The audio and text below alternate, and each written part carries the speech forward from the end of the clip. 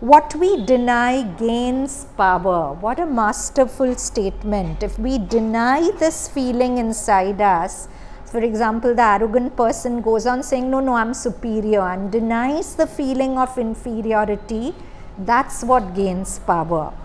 Everyone carries a shadow, and the less it is embodied in the individual's conscious life, the blacker and denser it is. We've discussed this. The less you see it in your waking state, the more it's controlling you from the subconscious mind. Ignored shadow doesn't disappear. It waits and then acts through us. Are we all together? Any questions so far? Okay, projection, how we avoid ourselves.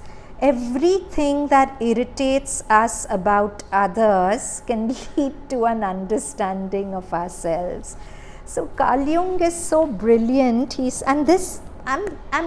you really look at what the really mystic psychologists have said, it's so close to what Mother says. So Carl Jung is saying that if something in someone really irritates you, for example, I see jealousy in someone and it really irritates me, I can be sure that jealousy is part of my shadow. Because I'm not acknowledging it in myself, I get very irritated when I see it in someone else. So a young boy once told me about his friend, that my friend is so gay phobic, he gets so irritated when he sees people who are gay, that maybe he's a little gay himself, but he doesn't want to acknowledge it. But it's a thought. Maybe sometimes the very gay phobic people are people who are suppressing a tendency. This is just an example, but just like that, maybe what really irritates us in others is triggering a raw nerve in us, the shadow part of us which we are not willing to see. And Mother says that. She said the same thing in different words. We've all read it, that if something about someone really annoys you, you can be sure that you have that quality even in a seed form in you. If not, it wouldn't annoy you so much. So to recognize your shadow, you have to ask yourself, what is it in others that really irritates me? So, everything that irritates us about others can lead us to an understanding of ourselves. One doesn't become enlightened. Oh, this is a beautiful, very oft quoted sentence by Carl Jung. One does not become enlightened by imagining figures of light, but making the darkness conscious. You don't become enlightened by just visualizing figures of light. That has its place. But you cannot get enlightened till you've brought light to your darkness.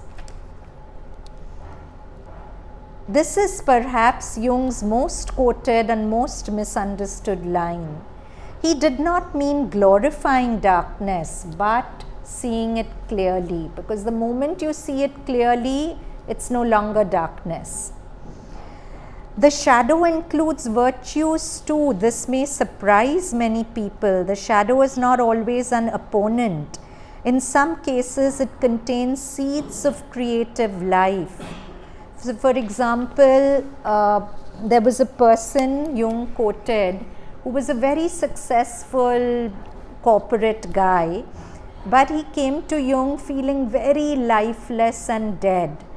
And when Jung asked him, what is it that you really wanted to do as a child? He said, I wanted to be a musician, but I had to earn a livelihood, etc. So I discontinued my music. So his shadow was suppressing his creative urge to be practical, because maybe his parents told him, no, you can't be successful as a musician, give it up. So Jung is saying your shadow is not always something dark. It also could be your light that you're suppressing, your creativity, your capacity to romance. Romance is not just with a partner. Beautiful people are people who romance life. The real seers are great romantics. They are always romancing life. But if I've been disappointed in romance and I've been told it's impractical to be romantic, then my shadow could be suppressed romance. And suppressed romance is suppressed creativity, suppressed spontaneity, so much we suppress.